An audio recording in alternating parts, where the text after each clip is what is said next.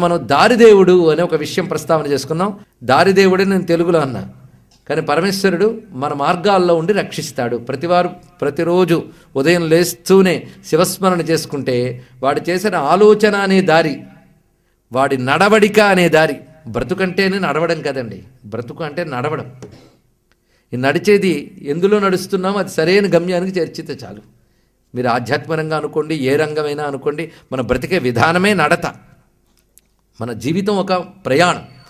ఈ ప్రయాణంలో అడుగడుగున పరమేశ్వరుడు తోడుంటే ఇంక కావలసిందేముంది? పైగా గమ్యము ఆయనే, గమనము ఆయనే. ఇది చాలా గొప్ప విషయం. ఉత్తముడైన జ్ఞాని ఏమంటాడంటే, నువ్వు ఎక్కడికి వెళ్ళాలంటే అంటే భగవంతుడి దగ్గరికే వెళ్ళాలి అనే అంటారు కదా. మరి భగవంతుడి దగ్గరికి వెళ్ళాలి అంటే గమ్యం ఆయన అని తెలిపాడు. మరి భగవంతుడి దగ్గరికి వెళ్ళాలి అంటే వెళ్ళేవాడికి శక్తి ఎవరు? త్రోవలో రక్షణ ఎవరు? ఆయనే. ఎవడు గమ్యము ఆయనే. మన గమనంలో ఉన్నప్పుడు ఇంకేం కావాలి మనకి? గమనంలో తోడుండి తన స్థానానికి తానే తీసుకువెళ్తాడు మనకి. అందుకు జీవితంలో ఆయన్ను ఉద్దేశించి ప్రయాణించేవాడిని ఆయనే కాపాడుకుంటాడు. అందుకే లోకయాత్ర విధాయిని అని లలితా సహస్రనామంలో నామం ఉంది మనకి. లోకయాత్ర అన్నారు. యాత్ర అంటే ప్రయాణమే కదా. ఈ లోకయాత్ర విధానం అంతా ఆవిడే చూసుకుంటుందనే ధైర్యం ఉంటే ఇంకేం కావాలండి? అందుకే పరమేశ్వరుడు ఆయనకి పథీనాం పతయే నమః అని వేదమంత్రమే చక్కగా చెప్పింది.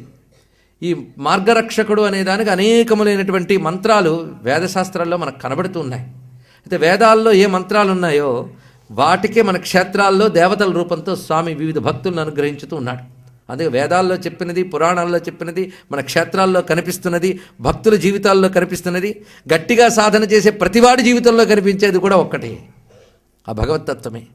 అలా మనం పరిశీలించినట్లయితే ఈ మార్గరక్షకుడైనటువంటి పరమాత్మకి సంబంధించిన క్షేత్రం కూడా మనకున్నది.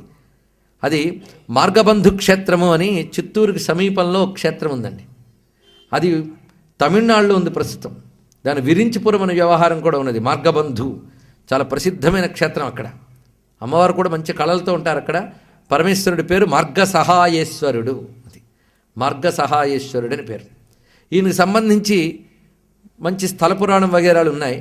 అక్కడ ఒక శిలాఫలకం మీద ఒక సంస్కృత శ్లోకాలు వ్రాయబడి ఉన్నాయి.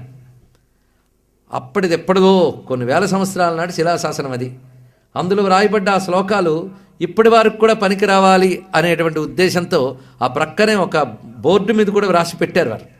అయితే మన తెలుగు వారికి అంతా వాటి పరిచయం తక్కువ, కానీ తమిళనాడు, కర్ణాటక ఇత్యాది ప్రాంతాల్లో శ్లోకాలు చాలా ప్రసిద్ధి. కొంతమంది ఆ శ్లోకాలు చదువుకుంటారు, చదువుకోలేకపోతే కనీసం ఆ శ్లోకాన్ని ప్రింట్ చేసిన పేపర్ కారులో పెట్టుకుంటారండి. అది కారులో శ్లోకం ఉన్నప్పటికీ కూడా వాళ్ళ ప్రయాణాలకి ప్రమాదం లేకుండా ఉంటుంది అనేటువంటి అంత విశ్వాసం వారికి ఉన్నది.